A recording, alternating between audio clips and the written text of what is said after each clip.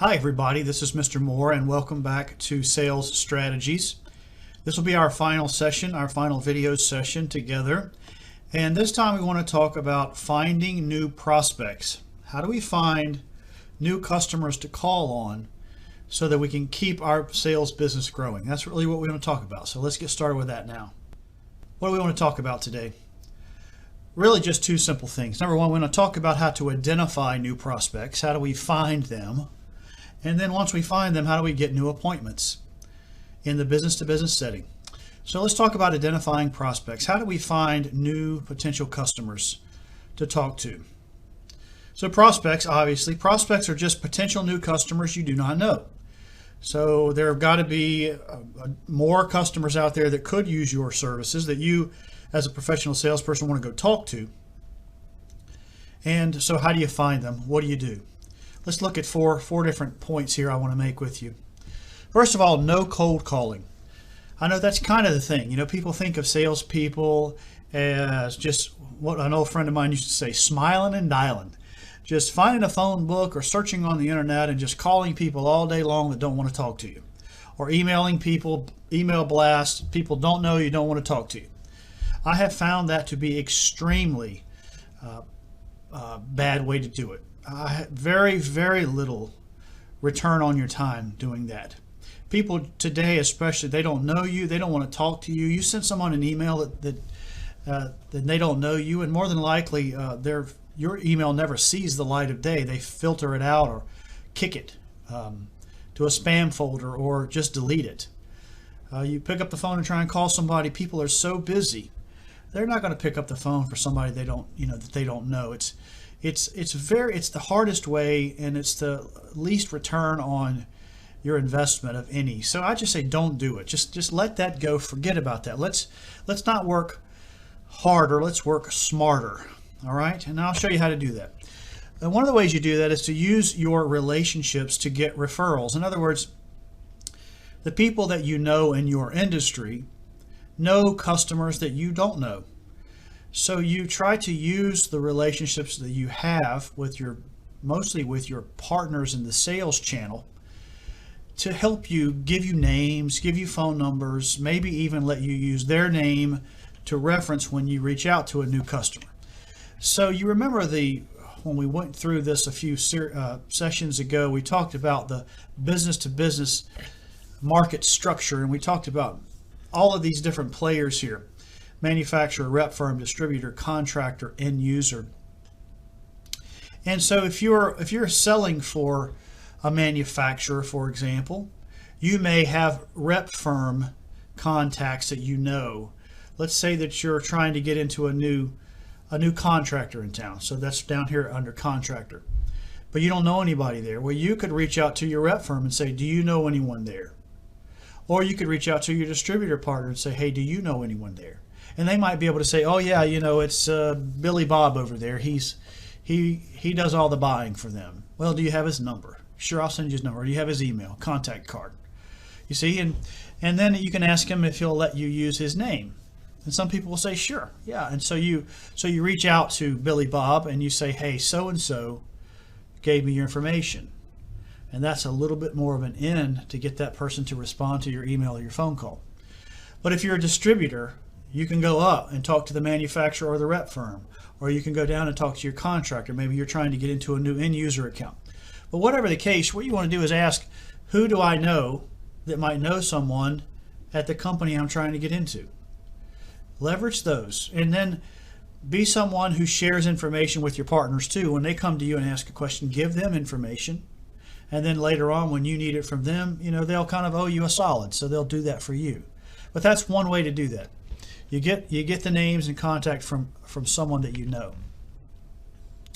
Another way is just to find ways to meet people face to face. Over the years, what I have noticed is if I can meet someone and shake their hand and say hello to them, no matter what the context is, if 1 minute or 2 minutes or 10 minutes, then when I reach out to them later in an email or a phone call, they are 1,000 times more likely to respond to me and let me come meet with them if they've met me. So it's really important, especially early in a sales career, that you find ways to meet people face to face. And there are a lot of different ways you can do this. There are usually local associations that are related to your industry. So, for example, in my market here, we sell a lot of wire and cable for data installation, so for computer networks and things like that. Well, there is a local electrical contractors association, and electrical contractors tend to buy some of the stuff that we sell. So I participate in their association meetings, and I'm trying to get into their golf tournament so I can meet guys. Now, at the meeting itself, I may not be able to talk for an hour about my product, but I'll just get to be that nice guy. Hey, I'm Wes with such and such. What do you guys do? Well, this is what we do. It's great to see you, and maybe I could come by and see you sometime. Oh, sure, that'd be great. All right. There are also, so that would be like a contractors association, but they're usually some kind of a industry-related group that gets together. So my business is mostly in IT, information technology. Well, there are local IT groups, usually in every big city. And so, they have a monthly meeting, and they have a luncheon, and they let a vendor come in and give a talk about product or whatever. And so you get involved in that, and you go to it, and you pay the fee, $25 for the event, and you talk to people, you meet people. You got to find a way to meet people. There are also trade shows. I live in the Charleston, South Carolina area, and they have a regional Chamber of Commerce trade show. They have some security trade shows for cameras and access control and that kind of thing. And so you just have to invest the money. Usually you have to pay a little bit to get into those, but you might have a table that you set up, and people come by and talk to you, and you give them your card, and you just shake their hand. So you got to find ways in your area, in your market, to get in front of people who you can meet, so that you can try and get a sales meeting with them. And then finally, I want to mention something that if your products are used in any way in the construction of new buildings, like let's say that you do carpeting, or you sell lighting fixtures, or you sell plumbing parts or supplies, or anything like that. Anything related, if your business, part of your business comes when they put new buildings up, then there are lead services that are very, very helpful, construction lead services. And our company uses one called Dodge Data and Analytics. Now, this can be expensive, so I'm just putting it out there to you as an idea. But what this product does is it gives you data on all the construction going on in your area that's being planned, or is near construction, or is bidding, or is under construction. It will give you the names of the architects and the engineers and the consultants. It will give you the names of the contractors, general contractors, electrical contractors, plumbing contractors, and so on. And this becomes a great, if your business relates at all to construction, these are great because they tell you who to call, they tell you who's responsible, they give you a place to start. And so much of the time, that's really what you need as a salesperson. So just an idea for you there. Use that construction lead, use some construction lead services. There are a lot of other lead services that companies provide. Over the years, I've just found that they generally aren't very helpful. Lead services from big trade shows, for example, don't typically work very well. So just use what you've got, but just keep in mind that the best way to do it is a referral or to meet somebody in person. Anything else is just going to be really tough. So now let's talk about getting appointments. How do I get an appointment? Once I get a name and some contact information, whether as a referral from someone I know, or as someone I met, I traded cards with at an event. What do I do now? How do I get an appointment? All right, let's talk about that. First of all, it depends on the lead source. If it's a face-to-face, or if it's a referral, or if it's a lead site, it's going to depend a little bit on how you approach it. But most of the time, in today's environment, you're going to reach out via email. Most of the time, even phone calls, unless you've got somebody's cell, which you don't always have, mostly you're going to just do email. But you can do phone. If you have their work phone, you can give it a try. If you have their cell phone, you can give it a try. Be careful about calling people's cell phones if you don't know them. Some people take that a little personally. It's like, hey, how did you get my cell phone number? So you might want to try the email first, even if you have their cell phone, unless you know them, or you feel like you've got enough of a relationship to call their cell. But in terms of emailing, I'm not going to give you a lot of different samples or examples, but let's just talk about an email. I'm going to send an email to someone that I want to get a meeting with. Let's say that I met this person at a local IT event, last week. All right, so first thing, we got subject. We got to put something in the subject that's going to get their attention. Try not to be flashy, try not to be cheesy, but if I had met the person last week, I would probably put in the subject, Wes from last week's IT meeting, something like that. Because you think about all the emails that people get, and they quickly delete them. People are busy. So put something up there that gains their attention. If it was a referral and somebody gave you permission to use their name, you might say something like, Bill Jones suggested I reach out to you. Something when they look at it and they go, oh, I know who Bill Jones is, let me open this. All right? And sometimes you don't have anything like that. You just say, maybe you say something about your vendor, new, local lawn care vendor, something like that. Just do your best.